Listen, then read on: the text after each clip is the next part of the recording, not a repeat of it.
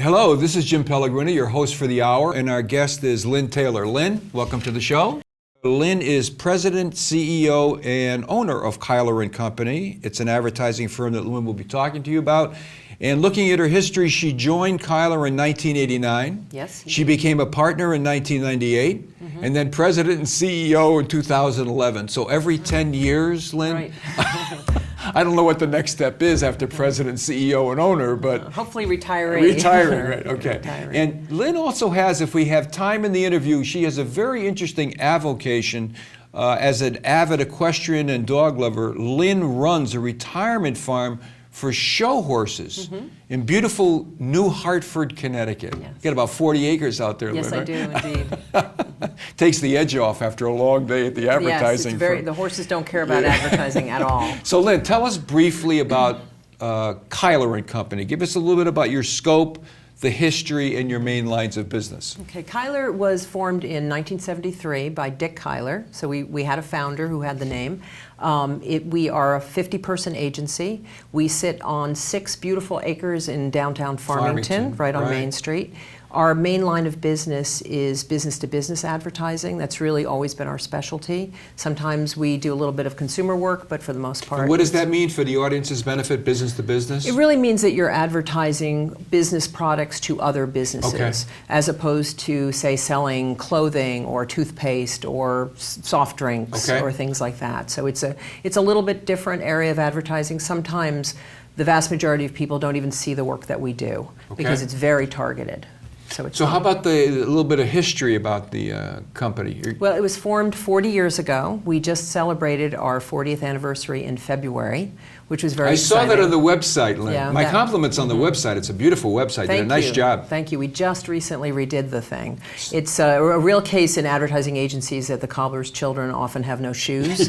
So you do fantastic work for your clients, but you always put your own work on the back burner. I looked at your website and said to myself, Lynn, I said, if you went to this kind of a firm's website and you didn't find a good website, there's trouble in paradise. You'd be in trouble. That's exactly right. That's our So 40 main. years, any other major hits along the way? You started 40 years ago with probably a couple people, and you're currently at 50. At 50 people, right. Any major milestones along the way, Lynn? Well, I think we had one episode in our history where we had about 100 people. Oh. And at that point in time, it was 2001 where we reached our largest size. And like a lot of agencies that specialized in B2B, especially for us, we did aerospace and defense. So 9/11 was a very, very tough time for us. A lot of our clients went out of business because they made aviation parts. Subcontract suppliers to the big boys. Huh? So that was a tough time. And people always think about advertising as a business they don't want to go into because all they hear is the stories of you lose a client, you lay everyone off. Right. We downsized ourselves a little bit gradually, so we tried not to hurt our employees. So what are your main line of businesses? I mean, I know you do advertising. What else do you do, Lynn? Well, within advertising, we do print advertising. We will do television. We do a lot of digital now. That's the wave of the future. Is everything has become digital. In our history, we've done PR. Sometimes a lot, sometimes a little. I mean, that's a tougher area, I think, for people to sustain over time. We do radio advertising, but mostly focusing on the B2B side, and our specialties are really aerospace and defense. So while I was up on your website and looking at your lines of businesses, I noticed that you've established a new business unit. Lynn, yes, very recently. Called Keiler Healthcare. Yes, indeed. I'm curious as to why you decided to do that, and it's a separate profit center. Separate profit center. So why did you decide to do that, Lynn? Largely because it's such an area of change right now with the Affordable Care Act coming in. A lot of people in the medical business, whether it's in pharmaceuticals or hospitals or insurance companies, are seeing a tremendous amount of change. Some of them have never really advertised to consumer audiences, and they're probably going to have to do more of that now as people become more involved in their health care. Lynn, when you say the Affordable Care Act, first of all, for the audience's benefit, if they don't know Obamacare, affectionately known as Obamacare. So, but when you say them, they've never advertised before. Who are the thems? The hospitals, the doctors? Who are It could be some very obscure parts of the healthcare industry. I mean, when agencies go into this business, they call themselves healthcare, but it actually covers pharmaceuticals. It could cover medical devices, lab equipment, surgical gowns and masks and things like that. So we may do advertising, we may do sales materials. Sometimes we just help them with research. So it's a very, very broad, and what's wonderful about it is we have very, very smart, hardworking people, and it gives them such an opportunity to stretch themselves and to really learn about new things and to become incredibly valuable partners to their clients. So we don't want our clients to see us as, oh, just advertising. I'm curious, Lynn. I mean, not that it's any of my business, but how long did it take you to make that decision to do this? Well, it was interesting because it's such an area of specialty that we very carefully thought about it and thought, well, in order to do this, you really need to find someone who's got expertise in it. Yeah, I guess. So sure. Interestingly, I had a colleague that I'd worked with back in the 1980s in New York City at Doyle Dane Bernbach, which was one of the largest advertising agencies on Madison Avenue. And he was my colleague on the IBM account. And time took us in different directions, and he focused on pharmaceuticals. And as a result of that, we got together again recently, which is always a good reason to stay in touch with people, Right. and talked about the notion of him coming to Keiler and starting this practice. So it's good for both of us. It gives him a chance to be entrepreneurial, but in a safe environment because it's an established But even agency. before bringing him on board, which is a resource in order to implement the business unit, you had to put yourself through some due diligence where you took a look at the Affordable Care Act and everything Oh, else that was happening in certainly. healthcare, and you said to yourself, we can actually make money here. Oh, we can absolutely, yeah. because there's so much opportunity there on behalf of people who are going to encounter all the massive changes in healthcare. Exactly. So it could be helping some companies advertise to people who are looking at the new insurance exchanges. You know, a lot of companies who may in the past not have felt they had to promote themselves very much in that arena now will see a big opportunity. A different way for people to get their health care coverage. The only reason I'm looking at you like this as you're explaining this, Lynn, is that I guess 2 points. Point number one is, I'm on the board of directors of Mid-State Medical Center, so I'm listening to medical people talk about all the time, all right. the time. I'm listening to them all, right? And I'm also on the Commission on Aging at the state level, appointed by the governor. And Lynn, there is, in business, I came from aerospace and defense. You came from your line of business, although I noticed you came from Madison Avenue Yes, I did. to Farmington, Connecticut, Yeah. Lynn, right? So, Lynn, I'll tell you what, we used to be able to strategically plan way back when, 3, 5, 7, 10 years out. Oh, that's not With going this to happen. this healthcare thing, Lynn, I mean, you must have to be on top of it because it's so politically driven as well, almost like on a weekly basis to keep track of what's going on. You have to be incredibly nimble. I mean, one of the things that I do in my job all the time is unbelievable amounts of reading. You know, it's when I was, a junior person and I worked tactically on a client's business, I always wondered what my bosses did because they didn't seem to be right. doing anything. And what I've now discovered that I'm in Now those that you're the shoes, boss. right now that I'm the boss, a tremendous amount of your time is taken up by reading newsletters and blogs and websites, and especially now with everything on the internet, Yeah. you can have such access to information, and it frightens you because you're like, I have to know everything, and that's what's great about advertising is that you have to know everything. Lynn, I really sincerely wish you the best of luck with your Thank you. healthcare business. Yeah, we're It's looking gonna forward to it. It's really going to be something. Okay, so you have many different client industry sectors, among them aerospace and defense, financial services and insurance, and now healthcare. You really must have to get involved with your people in these industries because these industries are constantly volatile. They're dynamic and they're forever under attack, it seems. They are.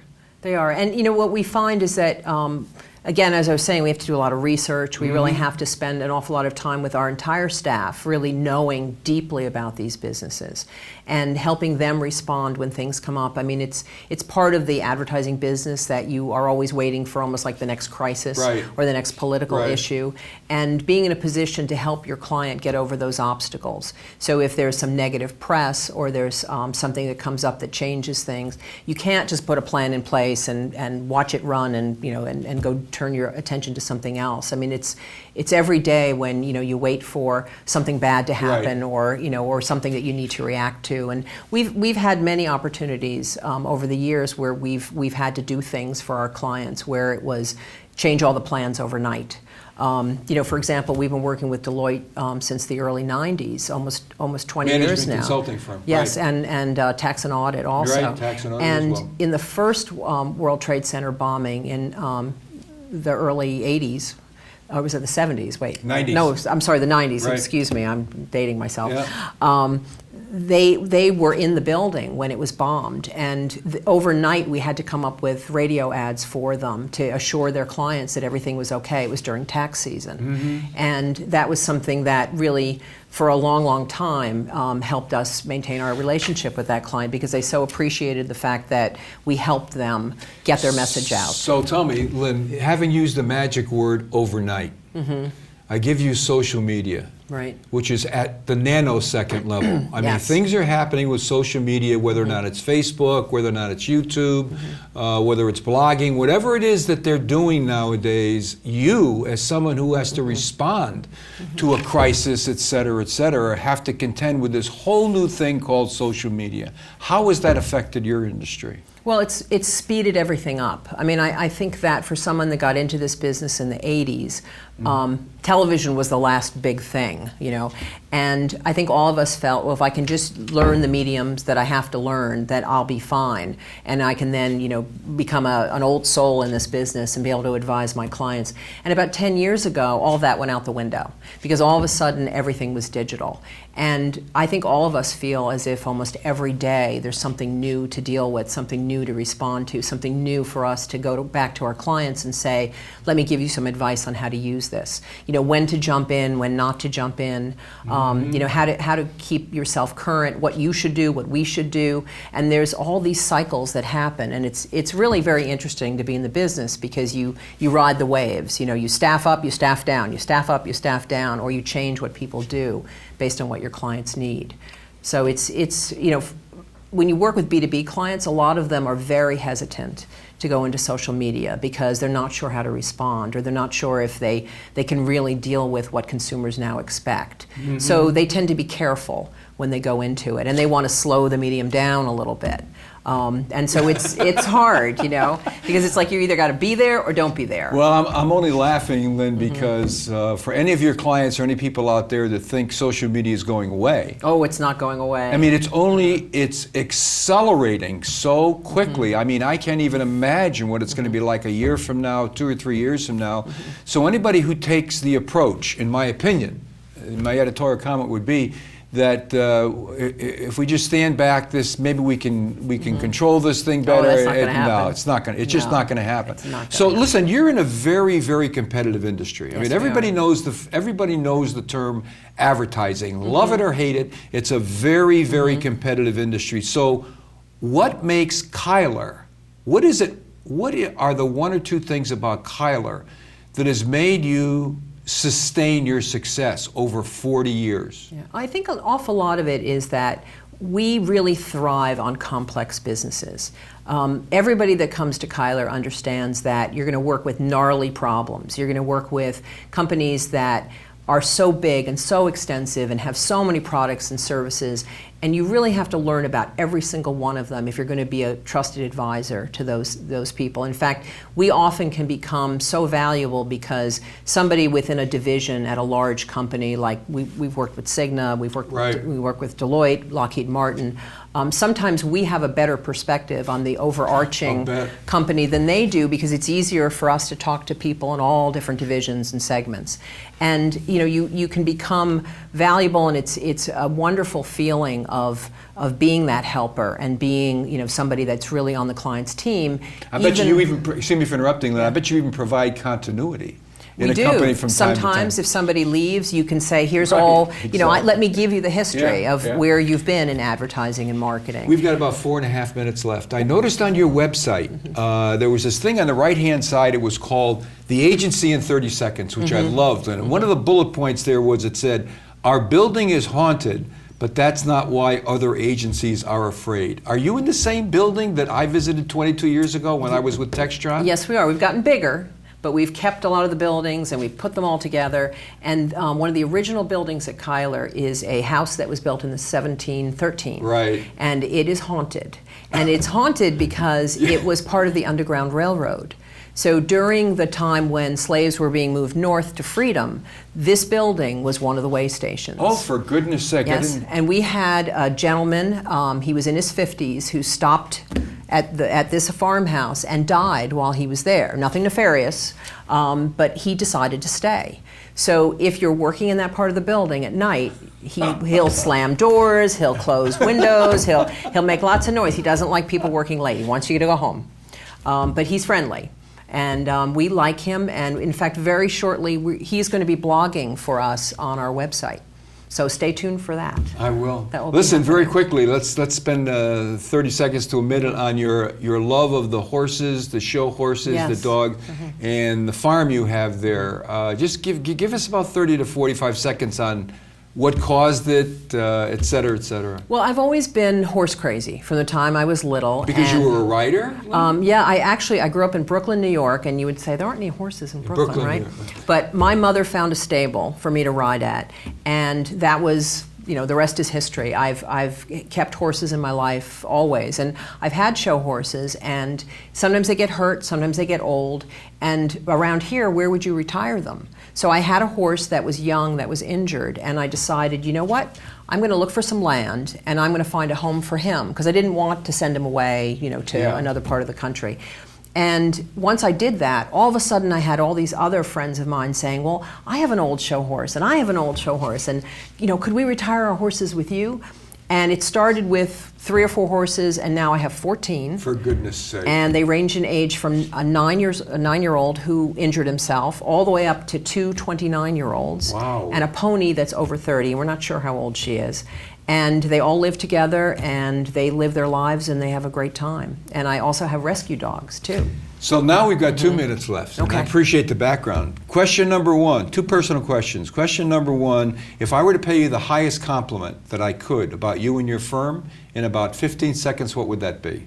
That we are a group of bright, hardworking, ethical people who do wonderful work for their clients, and that people enjoy working there and people enjoy working with us. Okay. And if you were to come up with a title for your own autobiography, Lynn, what would it be? Ironically, I think the title would be, It's Not About Me. It's not about It's you. not about me, because I think the one hallmark that I've noticed of great leaders that I really admire is that when you ask them what makes them successful, almost to a person they will say, I surrounded myself with people who are smarter than I am. And I think that is so important. And you know what? I had a manager at a very young, actually worked for a president at a very young age. He ascribed to that philosophy. He said, you can be very, very successful by surrounding yourself with the best and the brightest and let them grow. He said, but Jim, remember one thing, you cannot have any false pride whatsoever. Exactly. Because some of those people are going to be better than you. And he was right, Lynn. And with that, we'll end it. It's been a That was pleasure. great. It has Thank been you. a pleasure having you on. Thank you very much. Best of success and luck to you and Keiler and Great. Company. Thank you very much.